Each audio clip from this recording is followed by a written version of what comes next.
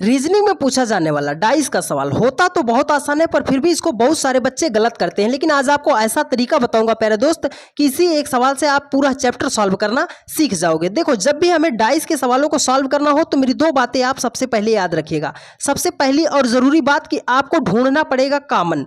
Common का मतलब कोई ऐसी संख्या जो दो तीन जगहों पर दिखाई दे उसे हम बोलते हैं कॉमन। तो सबसे पहले हमें कॉमन ढूंढना है।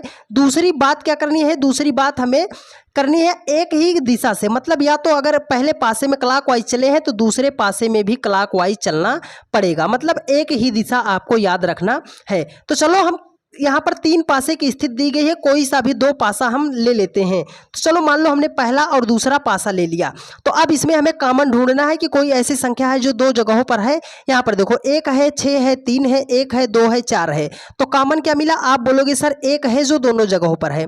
तो हमने इस पहले पासे को लिया, एक को पकड़ लिया, ठीक है, एक को।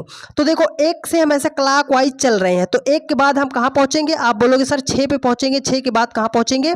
3 पर पहुंचेंगे। तो इसमें भी हमने एक को कॉमन लिया, तो एक को एक के नीचे लिख दिया।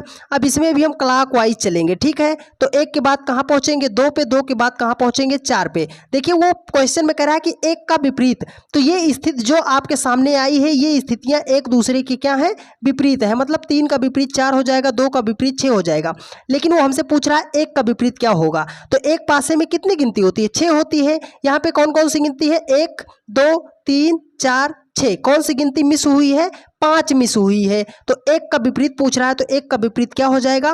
5 हो जाएगा। 5 ऑप्शन ए में है और यही आपका राइट आंसर